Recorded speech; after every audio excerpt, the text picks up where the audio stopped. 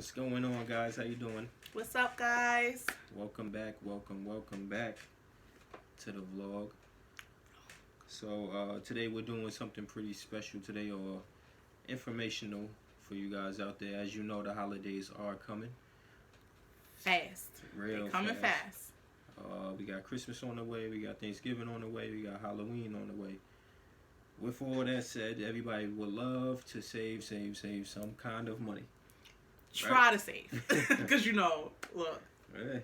that the big book, the toys book from Target this year came out, and the kids already circled The whole book. the whole entire book. The whole book. The So before this intro gets a little too long, let's get into these tips. Okay. Now we have a set of 8 tips, around 8 tips. I'm pretty sure there's more that we missed, but these are the ones that we came up with together. the easiest ones that you can apply that are not like, oh my God, I'm thinking about finances, because finances get real tricky. Yep.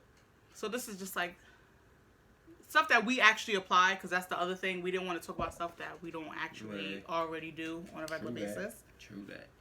So number 1 is to set up a holiday fund with your bank. What I recently did with her help, we went down to my bank and set up a holiday fund where they take out, how much they take out? About $50? Yeah, $50 a month, and then you could do as much as or little as you want. They take out of each check and put it right into a separate account. It's kind of like a savings, but it's called the holiday savings account. Yep. You just go right into your bank. If you get direct deposit or anything like that, Takes it right out. Takes it right out of your check, so you don't see it, you don't hear it. And then by some banks in October, they Release it. They release the money, or November. You talk about it with your bank, but sometimes you can end up with a couple $1,000 just for the holidays. Oh, which is pretty good, because it prevents you from touching that money until the time is actually necessary. So, like she said, well, mine has been, I don't know if it's been released or not, but it probably is released because we did it so late. I think your bank is November 1st. Well, we did ours pretty late, so we got a little heads up for next year. Yep. So everybody, after the holidays, January hit, go right to your bank, set up the holiday fund. Yep. Now, you want me to do tip number 2? Yeah. As far as tip number 2 goes, create lists. You know that you got the basic people in your life that you have to get gifts for. Create the list of people.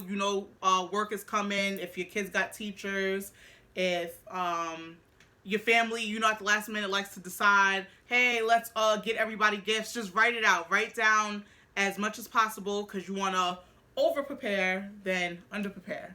True that. And also, if you start to notice you got people at work, people at home, try to get them to play games. Secret Santa. At my job one time, we did this game called White Elephant, where everybody, we set a budget. Everybody buys a gift under $25, and then you pick the numbers out of a hat, and then it goes exchange. You can Google it, because it's really fun, but it's kind of weird to explain it. Do stuff like that, but make lists, guys. Know what you want to get the kids. Put 10 things per kid, and then make sure you get that. This is pretty helpful. It's like going into ShopRite or your grocery store hungry, and you're gonna buy everything. So you gotta kind of know what you're doing. And something that kind of goes along with what she's saying, which is actually number 3, it is creating a budget. Creating a budget. Now, creating a budget is pretty smart, because the kind of person I am, I would just go spend, and wind up spending too much on one person. So, you gotta equally, distribute it between everybody. Well, if you have kids, you gotta equally distribute it depending on ages, and then everybody else is like, pick up here, pick up there. Let's set a limit for what you want to spend, though. If you want to spend $1,000, which is more than enough for your family, then that's fine. If you want to spend $2,000, that's a little overboard. But yeah, but I think I mean, with how teenagers are growing up, 2,000 may be a little low ball because you know they might want a MacBook Pro, or a cell phone that's $1,000 today, iPhone X. So. And so if you don't know how to budget, just keep in mind, if you set up your holiday fund, you pretty much know how much money is going to be put in there. You say you want to do $100 for whoever. You don't want to go over $50 just for your job or whatever the case is. So just keep that all in mind. It shouldn't be stressful. Holidays should be fun.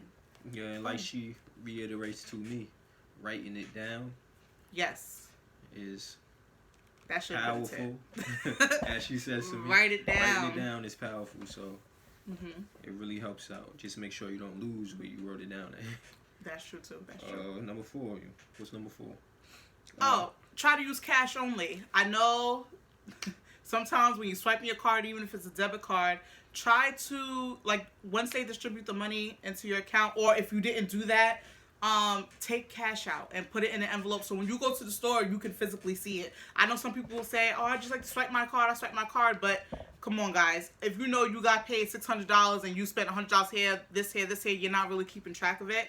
And it makes you spend more. Oh, you use your card, you can save this much. No, that's all bullcrap.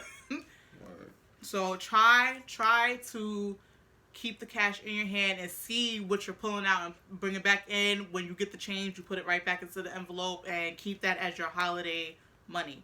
And during the holidays, you know, all those scams go along. You don't want to get caught up in that. So just stop. I worked in retail. Just use cash. Use cash during holidays. Going along with what she's saying, on all these little ATMs that are going around with all these fees, try not to use those as well, because you get charged by that ATM and also by your bank. So it's better off to just go to your bank and take out the amount that you need. Yep. And just use it as you go. That counts. I mean, if you went to the ATM about 4 or 5 times, that could have been a gift for your coworker, or it could have been a gift for your aunt that at the last minute decided they wanted to come and you didn't want to have them empty-handed. You never know. Look, $15 on the holidays can get you a couple of gifts, especially with sales, which starts to roll into our next couple. You want to number 5, which will be, everybody will see this. Try not to pay for shipping. Now, you're going to see this everywhere. You spend a certain limit, you get free shipping. I mean, if you got to spend the limit, then spend the limit. But there's a lot of websites like Amazon and like Amazon Prime where that's a membership where, you know, you get stuff for free. Well, get it sent to your house for free within days. Well, if you don't, because then you will say, I don't want to pay for Prime because that's another, then when I mean, what if you already have Prime? Yeah, but some people do, some people don't. That's still an extra expense sometimes. I mean, but then again, during the holidays, that's when they give the deals. But if you do have to order online, like, listen, during the holidays, there's always something where you don't have to pay for shipping. Even if it is like you said, spend a certain amount, or... They have it without the holiday. You spend $100, you get free shipping. So you just got to keep your eye on that. A special code, use this code, over $50, free shipping. Free shipping, you know, outside the whatever, or inside the U.S. if you're ordering from something outside the U.S. Well, yeah, that's something to keep an eye on. Which that also, because he said it ties into the next tip. Use coupon codes, guys. Use coupons. I will tell you, if you go onto a website and it says enter a coupon here and you don't have one, Google that store, and that means, because most of the time, if the slot is there to enter a coupon code, that store has a coupon. Find them, because you end up saving a whole lot of money. A whole lot of money. Yeah, we watched this show called Extreme Couponers. Yeah. Where these people are spending, they're racking their carts up to about like $600-700, printing out manufacturer coupons and bringing it down to about like $20 and only spending $20, and they have 3-4 carts full of stuff. So yeah, but I feel like the thing with that show is they never have stuff that, to be an extreme couponer, you cannot be picky. and we are very, very picky about they just buy it just to have it. And to be able to use the coupons. Listerine. So. I mean, that stuff comes in handy because you never know whether you're gonna eat it or not.